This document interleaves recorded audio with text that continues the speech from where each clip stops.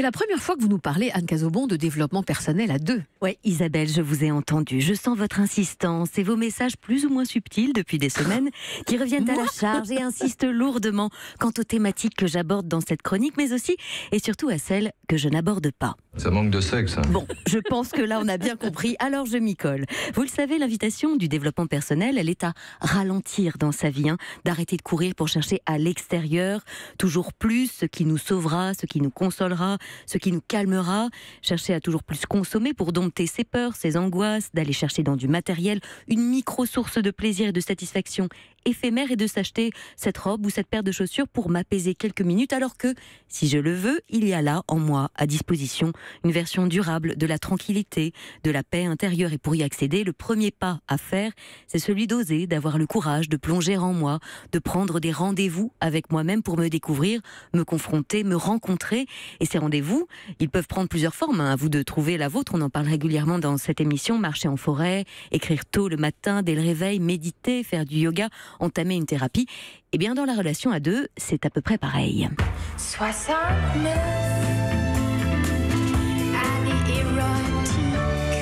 Et si 69 était l'année érotique, je vous laisse imaginer ce que pourrait bien être 2018.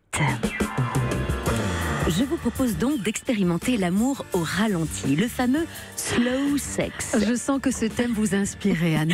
L'amour en conscience. Oui, cette fois-là, vous serez sobre et vous vous souviendrez du prénom de votre partenaire. Un rendez-vous à deux, donc, qui a le mérite tout d'abord de faire tomber les barrières des apparences et surtout d'oublier la performance.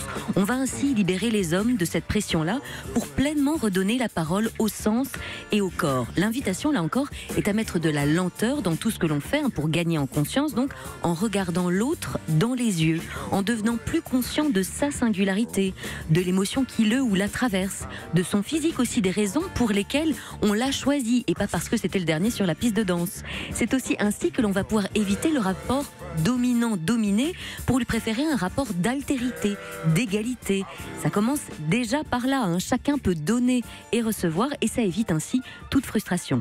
Oui, mais Anne, vous savez que moi je suis quelqu'un de très concret, donc en pratique, comment est-ce qu'on se prépare à faire l'amour en conscience? La préparation fait partie de l'acte en tant que tel. Vous pouvez faire brûler de l'encens, allumer des bougies, mettre de la musique. Tout ceci fait partie déjà de ce rituel amoureux. On est dans le rituel là-dedans encore, dans le sexe sacré. Vous allez arranger le lieu, préparer à cette rencontre en conscience. Les massages, évidemment, ou les bains peuvent prendre une dimension érotique. L'idée est de s'honorer personnellement et réciproquement. Tout ce dont je vous parle est hautement inspiré du tantra, qui nous rappelle que le corps est considéré comme un temple à honorer et que le sexe tantrique est une forme de méditation à deux quelque part. Tout peut être méditation, on l'a déjà plusieurs fois mentionné ici. Je peux faire ma vaisselle en me disant que quand je nettoie ces assiettes, j'enlève les impuretés qui salissent ma vie.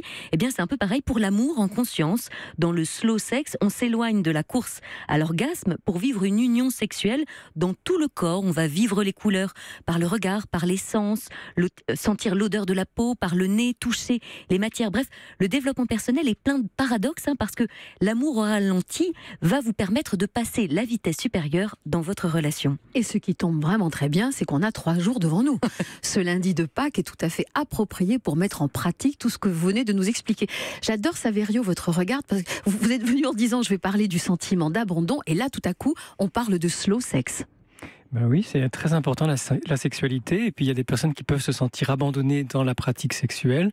Donc tout ce que vous avez dit là, moi je le savoure parce que c'est très juste.